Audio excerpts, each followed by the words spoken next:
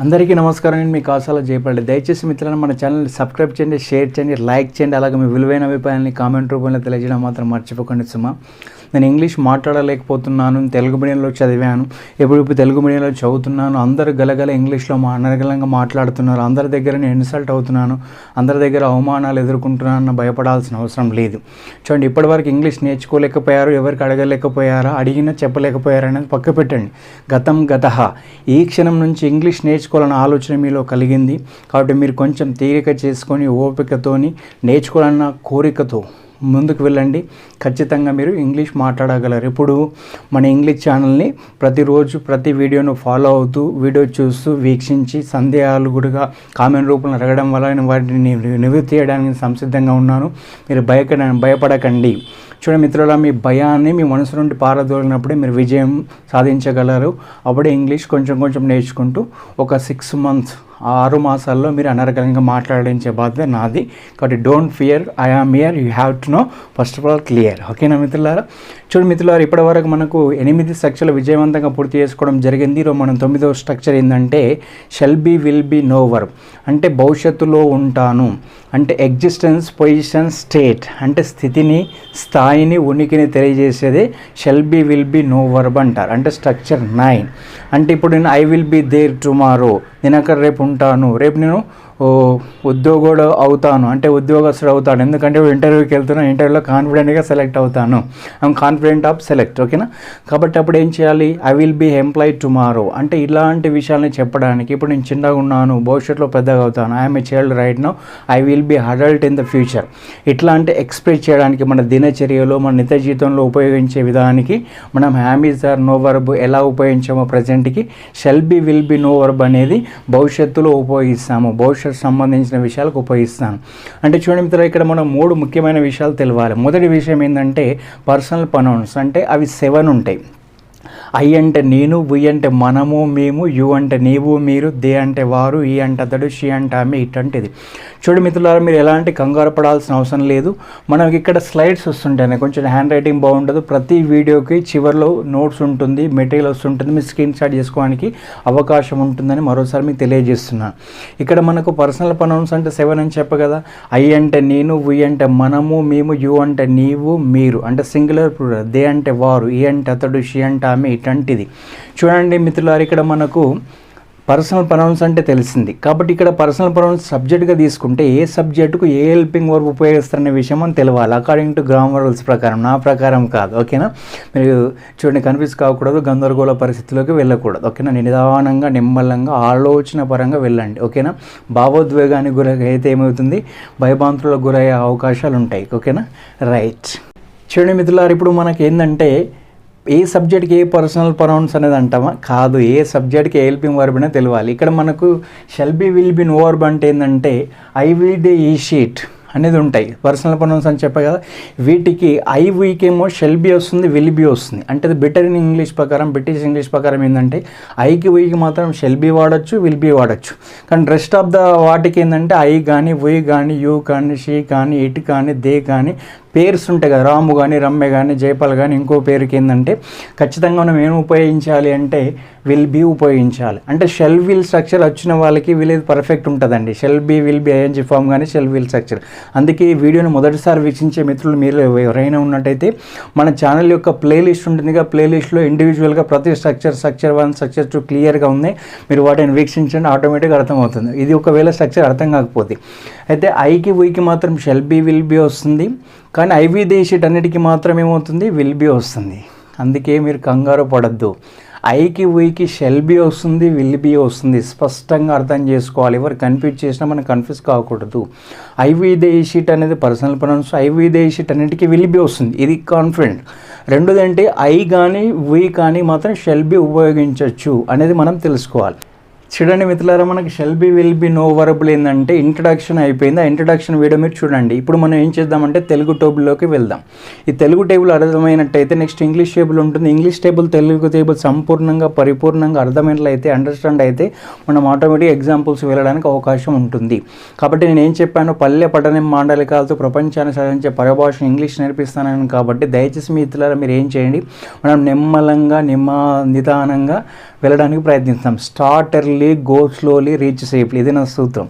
Start early go slowly reach safely. నెమ్మదిగా వెళ్దాం, మొదటగా ప్రారంభిద్దాం, తొందరగా ప్రారంభిద్దాం, నెమ్మదిగా వెళ్దాం, చివరి గమ్యస్థానం చేరుకుందాం. ఇక్కడ మన గమ్యస్థానం ఏంది? ఇంగ్లీష్ నేర్చుకోవడం. ఓకేనా? చూడండి, ఇక్కడ తెలుగు టేబుల్ ఏంటంటే positive, negative, positive interrogative, negative interrogative ఉంటుంది మిత్రుల. ఇక్కడ మనకి తెలుగులో ఏంది? Shell be, will B, knower అంటే ఏంది? భవిష్యత్తులో ఉంటాను. భవిష్యత్తులో ఉంటాను అనేది పాజిటివ్. దాన్ని నాట్ చేసి ఏమవుతుంది? నెగిటివ్ అవుతుంది. అంటే ఇప్పుడు షెల్ అనేది పాజిటివ్, షెల్ నాట్ చేస్తే షెల్ నాట్ అవుతుంది. అప్పుడు షార్ట్ ఫామ్ ఏంది? షాంట్ అవుతుంది. కానీ ఇక్కడ ఏముంది? షెల్ బి, విల్ బి ఉంది. అంటే షెల్ నాట్ బి అంటే నెగిటివ్, దానికి షాంట్ బి అంటే ఏంది? Short form. Will not be అంటే నెగిటివ్, దానికి వోంట్ బి అంటే ఏంది? Short form. Won't be, want be కాదు, వోంట్ బి. ఓకేనా? చూడండి మిత్రులారా, ఇక్కడ మనకు పాజిటివ్ అంటే తెలిసింది, నెగిటివ్ అంటే తెలిసింది. Next positive interrogative, negative interrogative అంటే ఏంటంటే మిత్రులారా, చూడండి, మనకి ఏదైనా ప్రశ్నార్థకం ఇంటరాగేటివ్, ఎదుటి వ్యక్తి మనకు ప్రశ్న అడిగినప్పుడు కానీ, మనం ఎదుటి వ్యక్తి ప్రశ్న అడగాల్సిన సందర్భం వచ్చినప్పుడు కానీ మనం ఖచ్చితంగా హెల్పింగ్ వర్బ్స్తో అడగాలి. ఇక్కడ హెల్పింగ్ వర్బ్స్ అనేది ఏ స్ట్రక్చర్కి అనుగుణంగా ఆ స్ట్రక్చర్కి ఉంటాయి.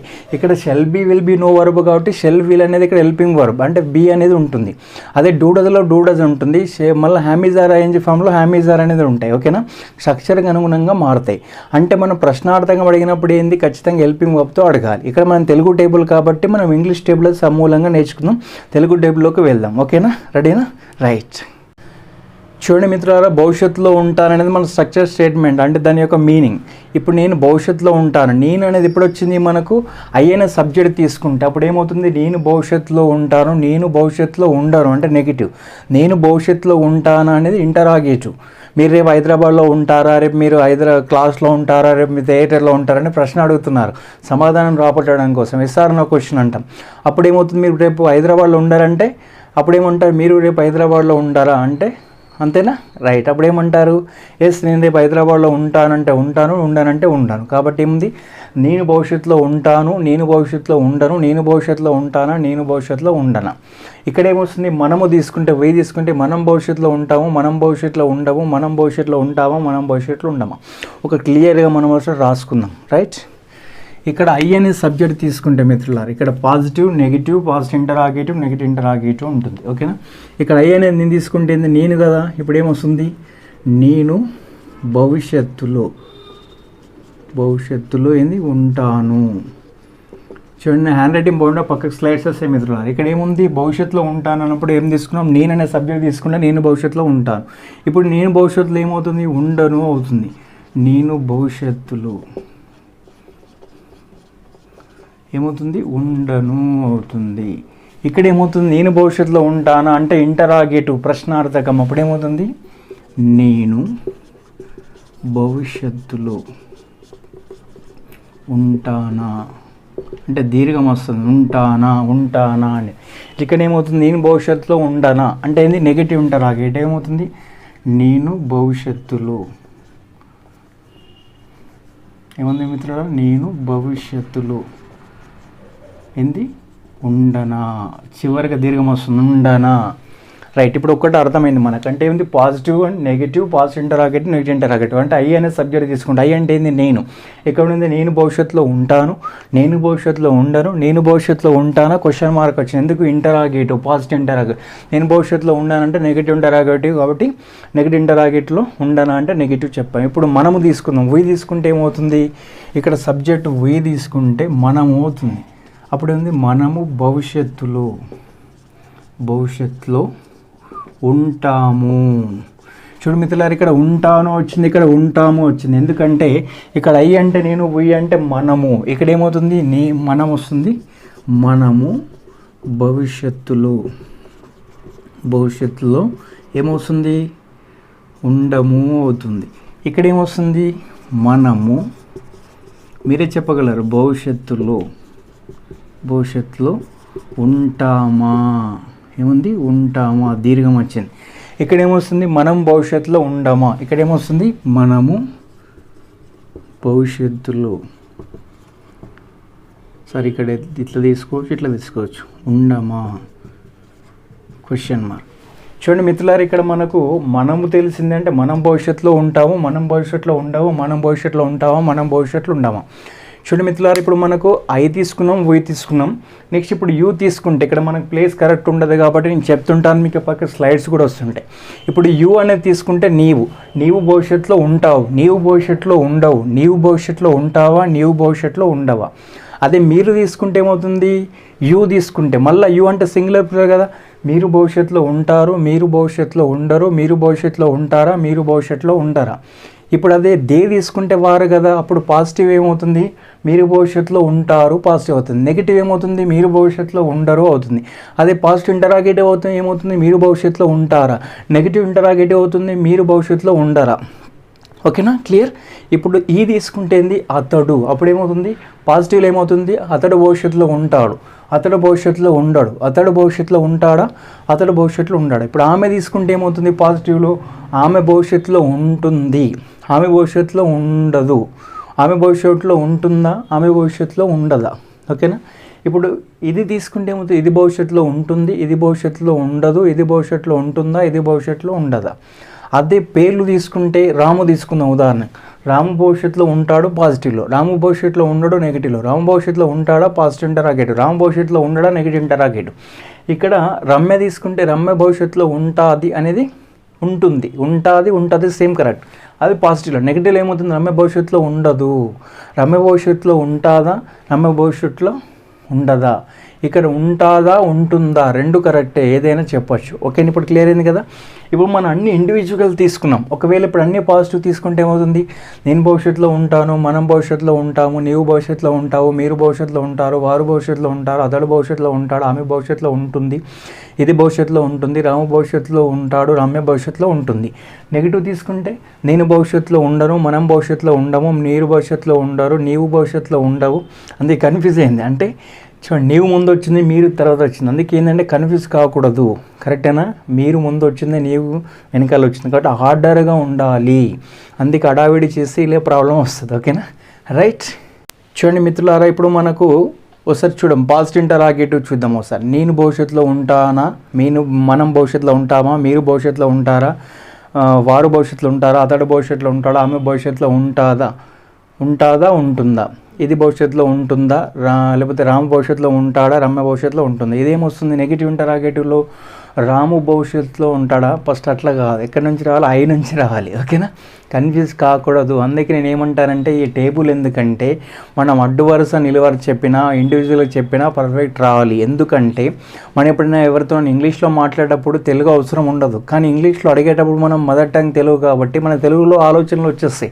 ఆలోచనలు ఏం చేయాలి, ట్రాన్స్ఫర్ చేసుకొని ఇంగ్లీష్లోకి ట్రాన్స్లేట్ చేసుకొని ఆటోమేటిక్గా అడగాలంటే అప్పుడు ఆటోమేటిక్ రాము కంటే ఏమొస్తుంది, రమ్య కంటే ఏమొస్తుంది, అతడికి ఏమొస్తుంది, ఆమెకి ఏమొస్తుంది, స్పష్టంగా తొందరగా రావాలి. అప్పుడు రావాలంటే మనకు దానికి సాధన చేయాలి. అంతా పర్ఫెక్ట్గా చేసినట్టయితే ఎలాంటి కన్ఫ్యూజన్ అనేది ఉండదు. ఇప్పుడు ఏమొస్తుంది, నేను భవిష్యత్తులో ఉండనా, మనం భవిష్యత్తులో ఉండమా, నీవు భవిష్యత్తులో ఉండవా, మీరు భవిష్యత్తులో ఉండరా, అతడు భవిష్యత్తులో ఉండడా, ఆమె భవిష్యత్తులో ఉండడా. అంత వస్తుందా, ఆమె భవిష్యత్తులో ఉండదా. ఓకేనా, ఉంటుందా ఉండదా. ఓకేనా, ఇది భవిష్యత్తులో ఉండదా, రాము భవిష్యత్తులో ఉండడా, రమ్య భవిష్యత్తులో ఉండదా. ఇప్పుడు క్లియర్ అయింది కదా, ఇప్పుడు క్లియర్గా అర్థమైపోయిందని నేను అనుకుంటున్నాను. ఓకేనా, అందుకే మీరు ఏం చేయండి, ఇండివిజువల్గా తీసుకోండి, positive negative, positive interrogative negative interrogative ఇట్లా అడ్డు వరుస తీసుకోవాలి. తర్వాత ఏం చేయాలి, ఇట్లా నిలువు వరుస తీసుకోవాలి. అంటే అన్ని మొత్తం టోటల్ పాజిటివ్, అన్ని టోటల్ నెగిటివ్, అన్ని టోటల్ పాజిటివ్ ఇంటరాగేటివ్, అన్ని టోటల్ నెగిటివ్ ఇంటరాగేటివ్ కనుక తెలిసినట్టయితే మనం ఆటోమేటిక్గా వచ్చినట్లు అవుతుంది. అంటే మనం తెలుగులో ప్రశ్న అడగడం కానీ తెలుగులో ఎదురులో అడిగిన ప్రశ్నకు సమాధానం చెప్పాలనుకున్నప్పుడు మనం తెలుగులో స్పష్టంగా అర్థమవుతే ఆటోమేటిక్గా ఇంగ్లీష్లో అర్థమవుతుంది. ఎలా అంటే ఇప్పుడు రేపు మీరు హైదరాబాద్లో ఉంటారా అని అడిగారనుకో, అప్పుడు ఏమవుతుంది, will you be in Hyderabad tomorrow. Okay, మీరు ఉండరు అంటే ఏముంది, I will not be Hyderabad tomorrow. అర్థమైంది కదా, నేను హైదరాబాద్లో రేపు ఉండను అంటే నెగిటివ్ వచ్చేసింది. అప్పుడు మీరు హైదరాబాద్లో ఉంటారంటే ఏముంది, will you be in Hyderabad tomorrow. ఇక్కడ వచ్చిందా, పాజిటివ్ ఇంటరాగేటివ్. అంటే ప్రశ్న అడగడం అనేది రావాలి. ఎదుటివారు మనల్ని అడిగిన ప్రశ్నకు సమాధానం చెప్పడం కనుక రావాలంటే ఫస్ట్ తెలుగు అర్థం కావాలి. ఇది తెలుగు టేబుల్ మిత్రులారా.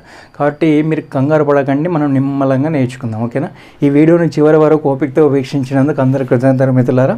దయచేసి మిత్రులారా, మీ అందరికీ నాకు విజ్ఞప్తి, నాకు మనం ఏంటంటే మీరు సబ్స్క్రైబ్ చేయడం వల్ల మన ఛానల్ని వీక్షించారు కనుక, ఈ వీడియోని వీక్షించారు కనుక, అందుకే మీరు ఏం చేయండి, నా యందు దయ తలిచి సోషల్ మీడియా ప్లాట్ఫామ్ ద్వారా అంటే మన యొక్క ఛానల్ యొక్క లింకును ట్విట్టర్ ద్వారా కావచ్చు, వాట్సాప్ ద్వారా కావచ్చు, ఫేస్బుక్ ద్వారా కావచ్చు, ఇన్స్టాగ్రామ్ ద్వారా మీ మిత్రులకు కావచ్చు, బంధుమిత్రులకు కావచ్చు, మీ గ్రామ ప్రజలకు కావచ్చు, ఎస్పెషల్లీ యువత 10th ఇంటర్ కానీ 8th 9th చదువుతున్న తెలుగు మీడియం విద్యార్థులకి ఇది షేర్ చేయండి. ఎందుకంటే వాళ్ళు కూడా ఇంగ్లీష్ నేర్చుకున్న ఆలోచనలు ఉంటారు, కానీ ఎక్కడ నేర్చుకోవాలి, ఎప్పుడు తెలియని సందిగ్ధంలో ఉంటారు. కాబట్టి ఈ సమాచారం వాళ్ళకి మీ ద్వారా చేరడం వల్ల వాళ్ళు సంతోషంగా నేర్చుకుంటారు, మీరు సంతోషపడతారు, వాళ్ళు సంతోషపడతారు.